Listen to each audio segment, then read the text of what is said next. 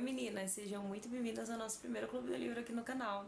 Eu espero que a gente esteja juntas nessa jornada, caminhando para aprender a parecermos mais com Cristo e unidas contra a rivalidade feminina. Viram no título do vídeo que nós vamos falar sobre o livro Unidas contra a Rivalidade Feminina, da Ana Paula Nunes. Eu vou deixar uma imagem do livro aqui para vocês. E na descrição do vídeo eu também vou deixar o livro para vocês conseguirem adquirir. E a partir dessa semana, todas as sextas-feiras, às 21 horas, nós vamos caminhar nessa jornada, fazendo a leitura desse livro, capítulo após capítulo, a cada semana. E hoje nós vamos falar sobre a introdução desse livro, que assim, é um livro muito especial e eu vou compartilhar com vocês.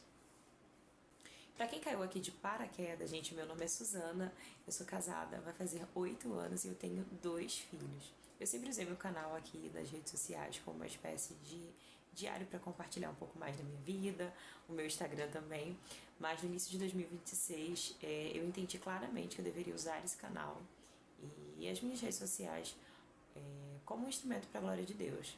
Então, eu li esse livro no ano passado e falei, acho que eu vou fazer um clube do livro sobre o assunto. Esse livro, assim, quando eu li, Deus falou profundamente ao meu coração e eu pensei, por que não trazer esse assunto para compartilhar com as minhas irmãs lá no canal? E é isso que a gente vai fazer a partir de agora, gente. Eu escolhi esse livro de uma maneira muito especial, porque, como eu falei, esse livro eu li no ano passado e, assim, eu fui muito tocada quando eu li esse livro. Deus falou profundamente ao meu coração por reconhecer os meus pecados nessa área e também me lembrar, assim, de momentos que eu fui muito ferida nessa área e que eu acho que esse assunto deveria ser mais falado no nosso meio. A Ana Paula Nunes, que é a escritora desse livro, ela é conhecida nas redes sociais como Sherlock Holmes, então vocês conseguem encontrar bastante do conteúdo dela aqui no YouTube e também em outras redes sociais. E ela é uma escritora cristã reformada e brasileira, então ela traz uma perspectiva à luz das escrituras dentro da nossa cultura. Olha que coisa maravilhosa, gente, porque muitos dos livros que a gente tem acesso hoje são livros traduzidos para nós, né? Então são de culturas diferentes, então se alguém usa um exemplo, às vezes é de uma coisa que a gente não está muito habituado. E a Ana Paula, como é uma escritora brasileira, ela traz exemplos assim muito da nossa realidade que eu tenho certeza que vocês vão se identificar. Eu já tô com o meu livro aqui em mãos pelo Kindle e eu grifei algumas partes e hoje nós vamos falar sobre a introdução do livro. E nas próximas semanas eu vou falar a cada semana sobre um capítulo diferente. Então eu espero que aquilo que me chamou a atenção possa te fazer refletir, ou se isso te chamou a atenção também, ou até mesmo alguma outra parte, você pode comentar comigo aí, compartilhar aquilo que mais te chamou a atenção no livro. Ela começa o livro falando sobre a história dela com o Temo. E uma das coisas que me chamou a atenção foi que ela deixa claro que se fosse pensar em uma pessoa menos provável para falar sobre esse assunto, seria ela.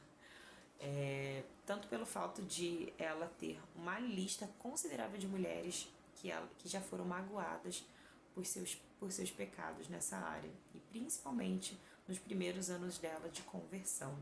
Então, me lembrou muito do texto de Paulo, onde ele fala que dos pecadores ele era o maior.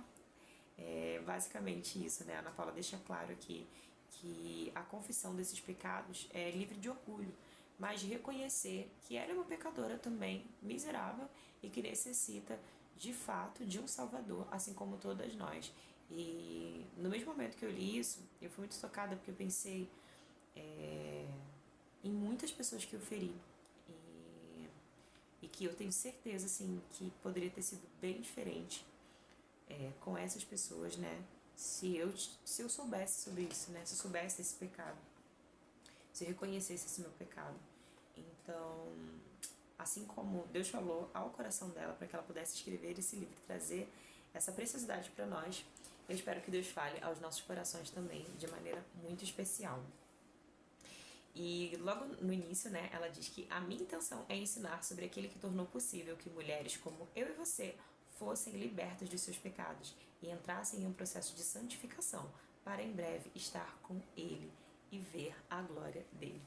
Então, qual o nosso objetivo, né? É nos unirmos para estar com Ele e ver a glória dele. E não há melhor maneira de nos unirmos, gente, como igreja de Cristo, estando juntas.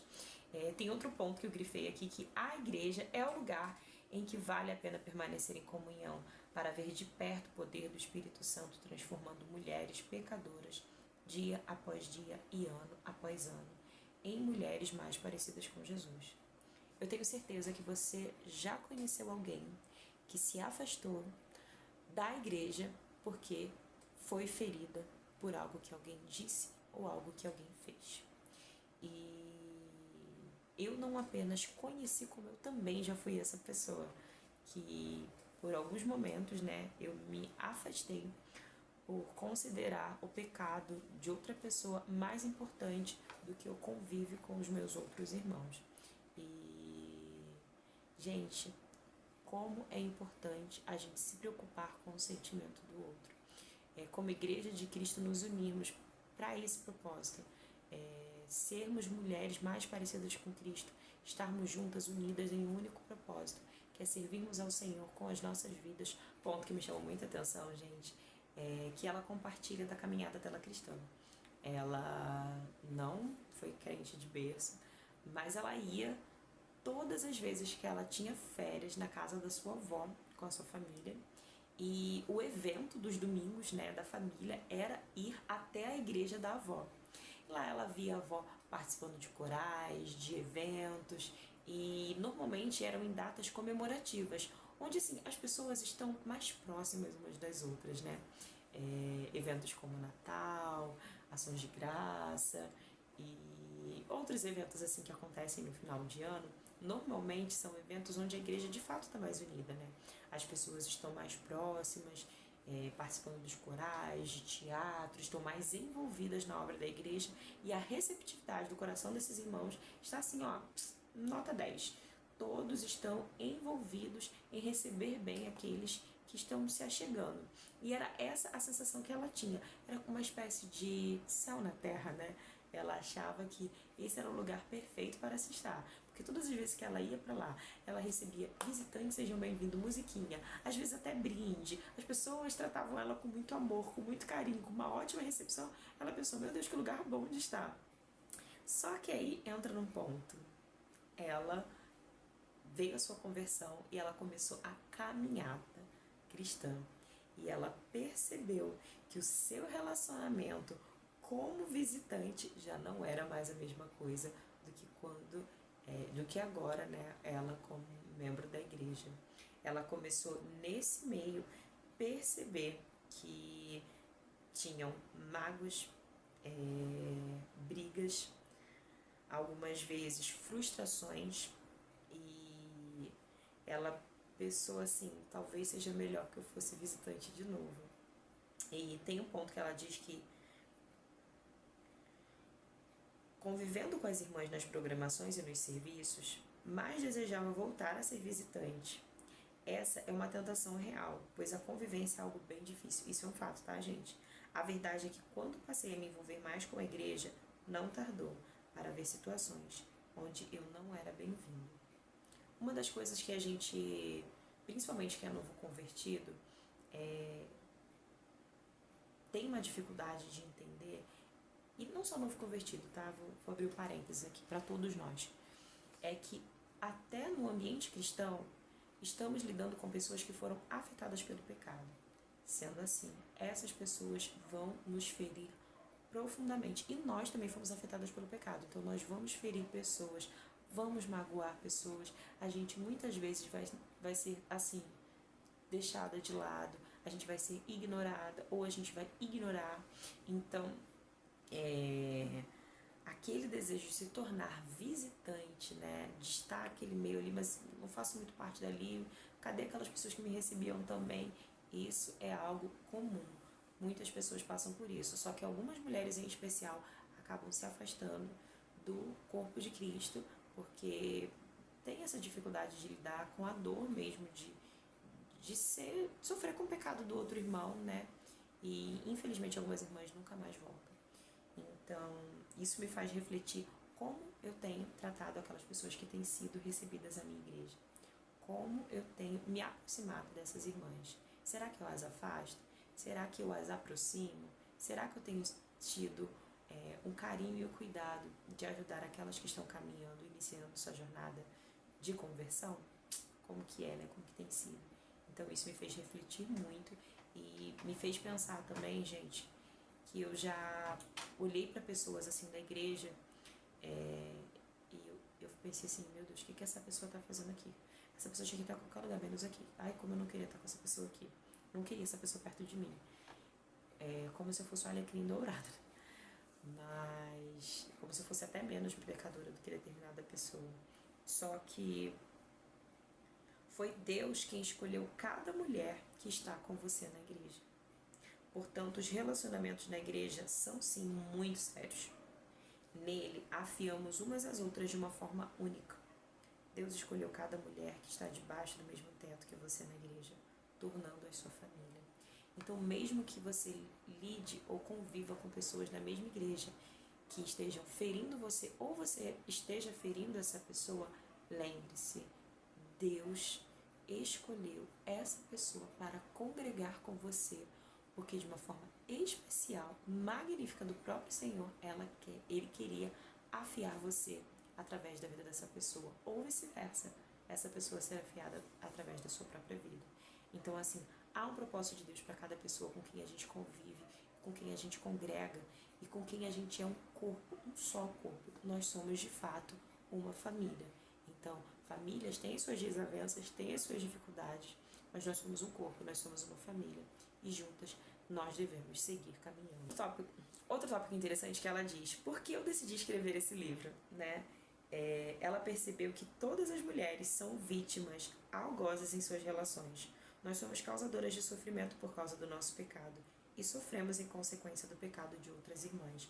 Então ela decidiu abordar esse assunto, que é um assunto pouco falado no meio cristão, mas que é muito relevante para que de alguma forma nós pudéssemos lidar com essa dificuldade que nós enfrentamos e juntas caminharmos. Então, gente, esse livro é maravilhoso. Eu tenho certeza que vão trazer vários ensinamentos para cada uma de nós em nosso coração. Quando não fortalecemos a base de quem nós somos ou do nosso chamado, quando não reconhecemos os nossos pecados com arrependimento e não sabemos quem nos capacita ao amor, é muito fácil deixarmos que os conflitos em nós criem raízes de amargura e rancor. Então, não vamos deixar que os sentimentos, os piores sentimentos criem raízes de amargura e rancor. Que o nosso coração seja recheado de raízes, boas raízes, para nos aproximarmos umas das outras. Que nós sejamos unidas para a glória de Deus, com o propósito de servir ao Senhor com as nossas vidas, a partir de agora, se possível for. Só mulheres? Essa pergunta eu gostei, gente, porque, de fato, né, até no ambiente fora da igreja, a gente sempre se vê percebendo uma certa rivalidade entre as mulheres, e isso é uma verdade. As mulheres, de um modo geral, elas conseguem ser muito profundas, né, nos seus relacionamentos, tanto para algo ruim, quanto para algo bom. Então, infelizmente, tem mulheres que, às vezes, por não gostarem umas das outras, elas fazem de tudo para puxar o tapete ou magoar outra pessoa. Eu já vi expressões assim, eu prefiro trabalhar com homens do que trabalhar com mulheres, porque homens não brigam entre si, né? Meio que eles são mais amigos, mais parceiros ali uns dos outros. Mas isso não é uma verdade por completo. Todos nós, homens e mulheres, fomos afetados pelo pecado. Então, os nossos relacionamentos diretamente foram afetados pelo pecado. E nós, mulheres, em especial, né, nós temos um envolvimento mais presente nas amizades. Nós somos mais profundas e nós temos facilidades em abrir o nosso coração. Então, desde pequenas, desde muito meninas, a gente faz amizade com uma menina ali. Você vê em crianças brincando no parque, por exemplo, que tem filhos pequenos, né? As meninas, quando se aproximam umas das outras, elas têm uma tendência a se envolver muito mais, a criar uma melhor amiga para si. Às vezes as mães até falam assim, não, fulaninha não é sua melhor amiga, eu sou sua melhor amiga porque eu sou sua mãe, um dia você vai entender. Isso é um fato, né? A gente se aprofunda nos nossos relacionamentos. Então, a Ana Paula decidiu escrever esse livro para mulheres, vindo de uma própria mulher, por entender dessa forma como Deus criou até mesmo o nosso próprio coração, dessa profundeza dos nossos sentimentos, em nos aproximarmos e sermos semelhantes, né? Então, há muita beleza nisso. Deus tem um propósito nisso também. Rivalidade feminina. Isso existe mesmo? O uso da expressão rivalidade feminina, ele vem de um termo sociopolítico, né? Que é usado pelas feministas para dizer que os homens têm a impressão de que as mulheres têm que ser rivais, porque se elas souberem o poder que elas têm, e se unirem, é melhor que elas criem uma confusão ali e não se envolvam umas com as outras. Só que isso não é um fato, isso não é a solução do nosso problema. Na verdade, isso é uma maneira de mascarar o nosso pecado e dizer: ah, tá vendo? Nós somos rivais umas das outras porque os homens colocaram, incutiram isso na nossa mentalidade, porque juntas nós vamos ser uma grande potência, o que é conhecido como sororidade lá fora, né? Uma maneira de empatia, se preocupar umas com as outras, é uma maneira falsa de interpretar o nosso pecado. Então, a melhor maneira é reconhecermos: somos pecadoras, nós falhamos, nós fomos afetadas, os nossos relacionamentos foram afetados. Então, a partir de agora, nós vamos lutar contra isso, nós vamos nos unir e servirmos ao Senhor com as nossas vidas. E o que a palavra de Deus diz sobre rivalidade? Tem uma pergunta que assim mexeu muito comigo e eu quero ler para vocês, que está escrita logo nessa introdução. Se estamos concorrendo umas com as outras, estamos competindo pela glória de quem exatamente? Quando nos colocamos em competição, seja por qual motivo for, qual é mesmo o prêmio? Neste livro, nós vamos abordar a questão da rivalidade feminina pela perspectiva da palavra de Deus, ou seja, entendendo-a como uma consequência dos prazeres que militam a nossa carne. Então, se nós estamos competindo, já pararam para pensar de quem vai ser esse prêmio? Tem alguma coisa errada aí, né?